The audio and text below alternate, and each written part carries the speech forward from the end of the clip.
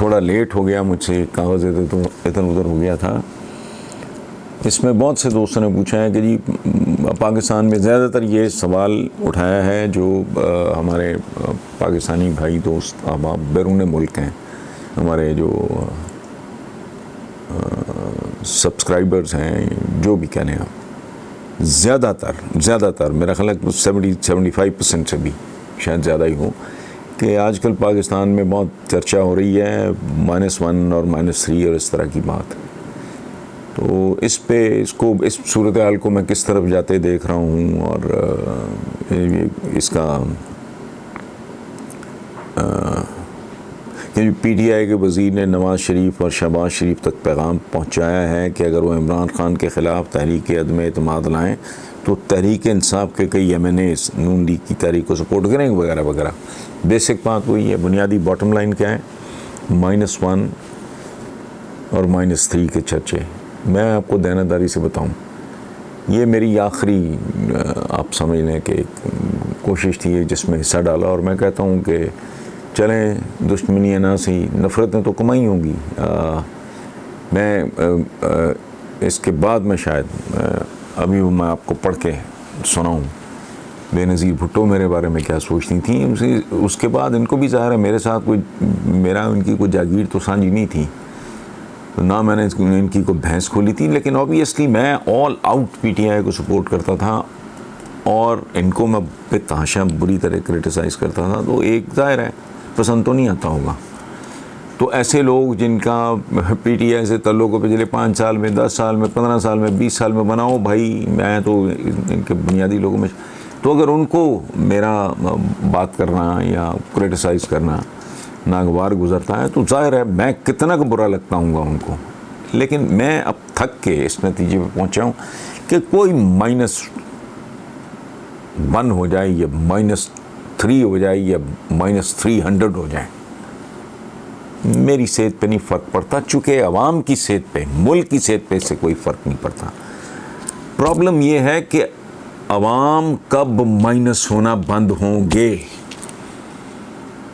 जो मुझे जब से पढ़ रहा है वो जानता है कि मेरा सिर्फ एक ही रौला, एक ही मातम, एक ही सवाल, जिसको मैं हाँ तरीके से, अवाम कब माइनस होना कब बंद होगा।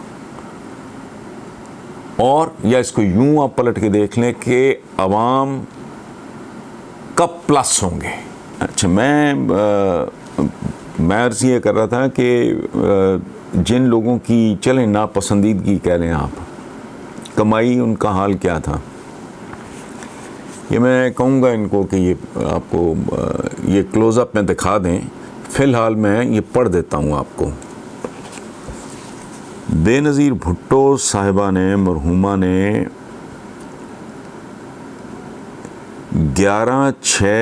1987 पर्ल कॉन्टिनेंटल रावलपिंडी में उनका एड्रेस है टू पार्लियामेंट्री ऑपोजिशन ग्रुप।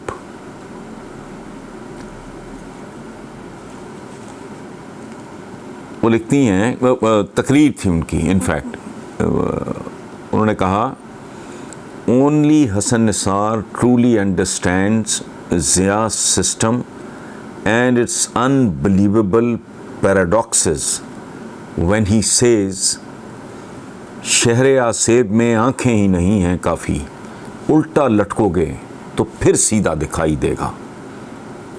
ये कोट करके ये मैंने इतना सही, मेरे अपने उस ज़माने ये है ये किताब, इसके टाइटल पे ये छपा था।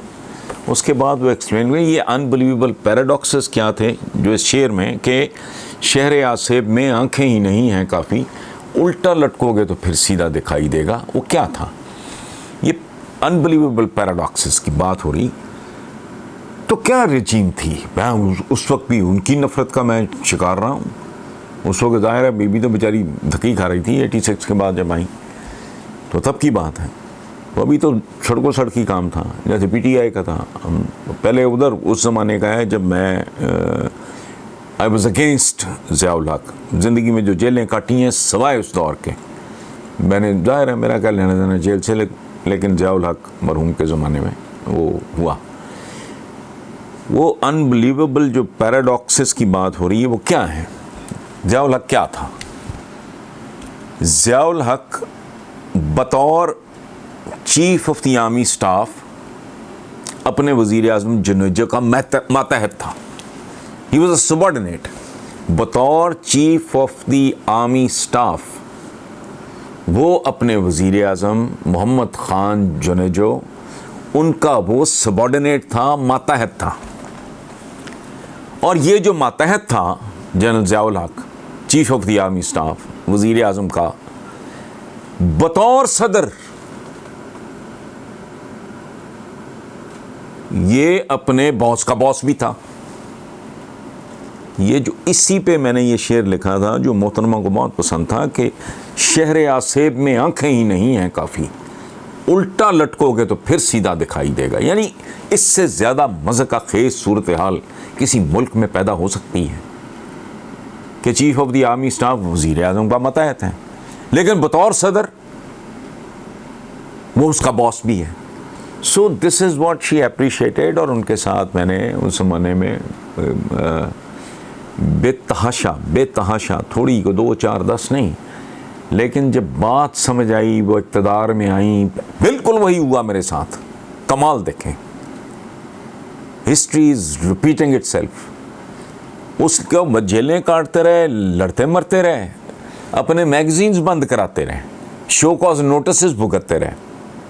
ठीक है, उस ज़माने में जलसों में अपने मोहतरमा ने जिक्र वगैरह भी किया, लेकिन जब वो इक़्तिदार में आई तो पता लगा ये तो कुछ भी नहीं निकला। वहीं ऑपोजिशन शुरू कर दी। अच्छा, बैक दोनों की।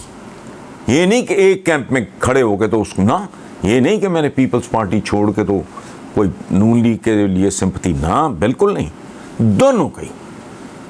अच्छा, और थर्ड फोर्स की के ख्वाब देखने शुरू कर दिए, उसके लिए लिख लिख के उंगलियां घिस गईं। और 27-28 साल को मामूली बात है, मत हमारी जाती है। इतने तो बंदा लव लेटर्स नहीं लिख सकता महबूबा को जितने मैंने, बस अल्लाह ही बेहतर जानता है। ठीक है, और ये जाहिर है मैं कोई गपशप की तो बात नहीं हो रही ना, लिखे हुए लफ्ज़ की बात हो रही। अब फिर वही हो गया। तो जैसे तब वो पीपल्स पार्टी वाले बड़े हैरान परेशान, देवर शॉक्ड, किसको क्या हो गया। मैंने कहा इसको क्या हो गया, मेरा तो कुछ ज़ाती लेना देना नहीं था। ख्याल था कि आएंगे यार कुछ तो करेंगे लोग, तो नहीं, लोगों के तो हालात नहीं बदले।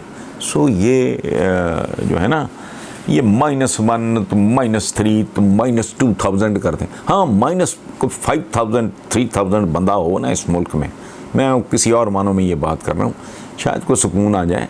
हमारी लड़ाई, जंग, झगड़ा, इख्तलाफ जो भी कह लें, तब तक रहेगा और हर एक के साथ रहेगा जब तक हमें, मेरे जैसे बंदे को ये एहसास नहीं हो जाता कि यार अवाम को कोई रिलीफ मिला है।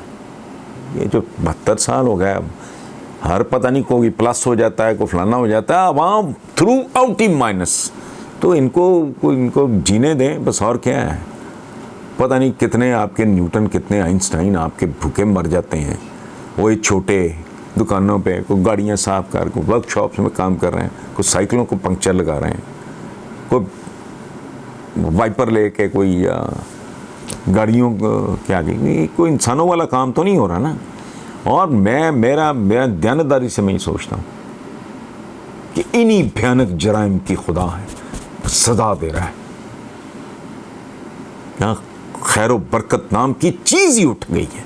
अब एक और सवाल है, यह JIT की जो रिपोर्ट आई है, इस पर क्या शर्म आती है, बात करते हुए भी शर्म आती है।